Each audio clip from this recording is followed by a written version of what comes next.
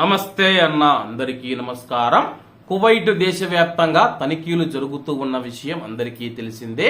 అలాగే ఇటీవల కాలంలో చాలా మంది అడుగుతూ ఉన్నారు, ఈ యొక్క తనిఖీలు చేసేటప్పుడు చాలా మంది ప్రవాసులను అకామా ఉన్నా సరే అరెస్ట్ చేస్తూ ఉన్నారు. అకామా ఉన్నా సరే ఎందుకు అరెస్ట్ చేస్తూ ఉన్నారు? అకామా లేని ప్రవాసులను కదా అరెస్ట్ చేయాల్సింది, అకామా ఉన్న ప్రవాసులను ఎందుకు అరెస్ట్ చేస్తూ ఉన్నారని చెప్పి చాలా మంది అడుగుతూ ఉన్నారు. కువైట్ దేశవ్యాప్తంగా పలు ప్రాంతాలలో తనిఖీలు నిర్వహిస్తూ ఉన్న అధికారులు స్థానిక మీడియాకు తెలిపిన వివరాల ప్రకారం కువైట్ లో అకామా ఉన్నా సరే మనం వచ్చిన యజమాని దగ్గర మాత్రమే పని చేయాల్సి ఉంటుంది. మనం వచ్చిన యజమాని దగ్గర పని చేయకుండా ఇతర యజమానుల దగ్గర ఇతర కంపెనీలలో పనిచేస్తే కానీ అటువంటి వారిని అరెస్ట్ చేసి కువైట్ దేశం నుంచి బహిష్కరించే అధికారం మినిస్ట్రీ ఆఫ్ ఇంటీరియర్ కు ఉంది.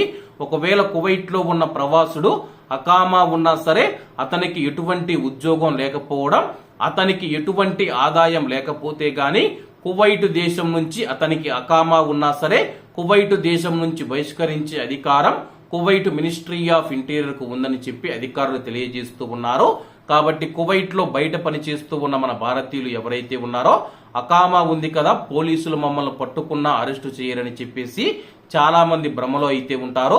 ఇటీవల కాలంలో కొంతమంది అకామా ఉన్నా సరే వారిని అరెస్టు చేస్తూ ఉన్న నేపథ్యంలో చాలా మంది జాగ్రత్తగా ఉండాల్సి ఉంటుందన్న. ఎందుకంటే మనము కువైట్ కు ఏ వీసా మీద వచ్చామో, ఏ కంపెనీ దగ్గరికి వచ్చామో ఆ యొక్క కంపెనీలో పని చేయాల్సి ఉంటుంది.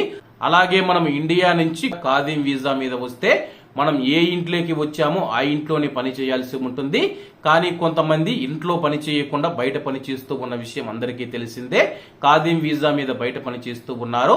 అటువంటి వారిని కూడా పోలీసులు పట్టుకొని కువైట్ దేశం నుంచి బహిష్కరిస్తూ ఉన్నారు. కాబట్టి ఇటువంటి భారతీయులు, ఇటువంటి ప్రవాసులు చాలా జాగ్రత్తగా ఉండాలని కోరుకుంటూ అందరూ బాగుండాలి, అందులో మనం ఉండాలి. అందరికీ నమస్తే అన్న. జై హింద్.